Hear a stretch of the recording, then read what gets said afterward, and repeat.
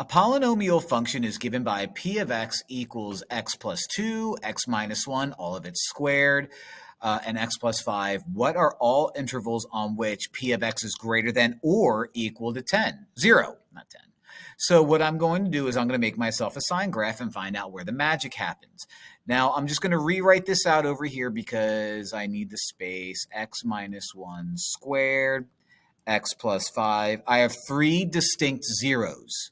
I have -2, I have +1, but the multiplicity is 2, and I have -5. So let's write those zeros out. -5, -2, 1 in left to right order.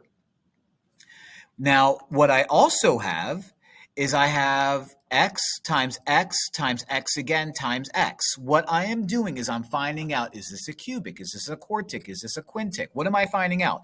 If you multiply the leading term in each factor, and if you have a multiplicity, you multiply that out that many times, you get x times x times x times x, which is x to the fourth. So this picture is going to look something like that.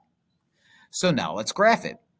If I'm making a sign graph, I'm going to start from the very top. It's going to go through -5 because the multiplicity at -5 is odd. It's going to go through -2 because the multiplicity at -2 is odd. It's going to approach 1 and bounce off of 1 because the multiplicity is 2. So when the multiplicity is odd, you go through that 0. When it's even, you bounce off.